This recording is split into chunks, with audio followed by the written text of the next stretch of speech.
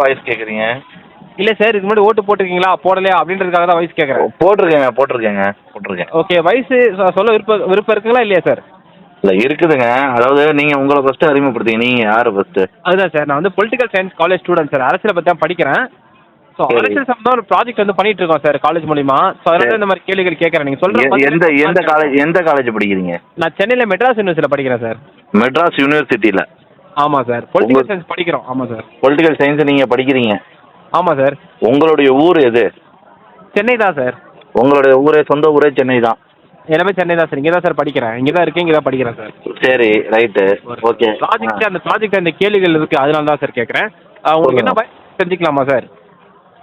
எனக்கு வயசு 36ங்க. 36. சரிங்க சார். இப்போ 2021 சட்டசபை தேர்தல் நடந்தது இல்லையா? ஆமாங்க.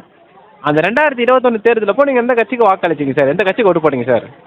அதை சொல்ல முடியாதுங்களே. வாக்களிக்கிற உரிமை நம்மளோட வந்து வெளியே சொல்லக்கூடாதுல்ல. இல்லை சார், கரெக்ட் தான். பட் இது வந்து எதுக்காக கேட்குறேன்னா, ஸ்டார்டிங்லேயே சொன்னேன் இல்லையா, ப்ராஜெக்ட் அந்த ப்ராஜெக்ட்டில் கேள்விகள் இருக்குது, அதனால தான் சார் கேட்குறேன். நீங்கள் இதை சொன்னீங்கன்னா எனக்கு மார்க் கிடைக்கும். இல்லைங்க, அது என்னோட பர்சனல் உரிமையை வந்து நீங்கள் வந்து கேட்கக்கூடாது.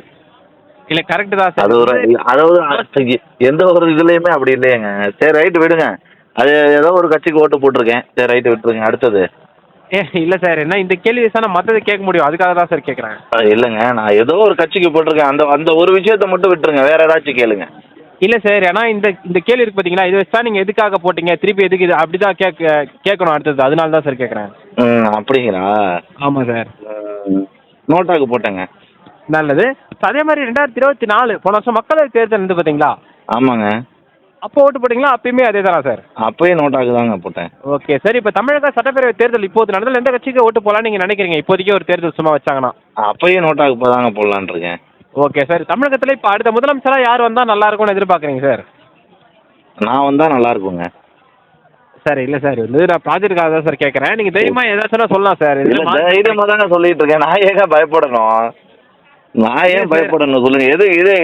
என்னங்க என்னோட கருத்தை சொல்றதுக்கு நான் ஏங்க பயப்படணும்? நான் தான் சொல்றேன் இல்லைங்க. இல்லை சார், அதுதான் சார். நீங்கள் என்ன இதுக்காக என்ன இங்கே பாருங்க, நீங்கள் வந்து ஒரு விஷயம் நல்லா புரிஞ்சுக்கணும். ஏன் நான் வந்து எலெக்ஷனில் வந்து வேட்புமனு தாக்கல் பண்ணி முதலமைச்சர் ஆகக்கூடாதா? இல்லை சார், ஆகலாம் சார். பட் இப்போதைக்கு நிலவரப்படி கேட்குறேன் சார் நான். இல்லைங்க, இப்போதைக்கு நிலவரப்படி யார் ஆகுவான்னு சொல்றீங்க? இல்லை, நான் உங்களை கேட்குறேன். அந்த மாதிரி யார் முதலமைச்சராக வந்தால் நல்லா இருக்கும் எதிர்பார்க்குறீங்க அப்படின்னு கேட்குறேன். அதுதான் சொல்றேங்க. நான் வந்தால் நல்லா இருக்கும் நான் நினைக்கிறேன். நீங்கள் என்ன நினைக்கிறீங்க? சார் கரெக்டு தான் சார். இது ப்ராஜெக்ட் சார், ஓகேங்களா? நான்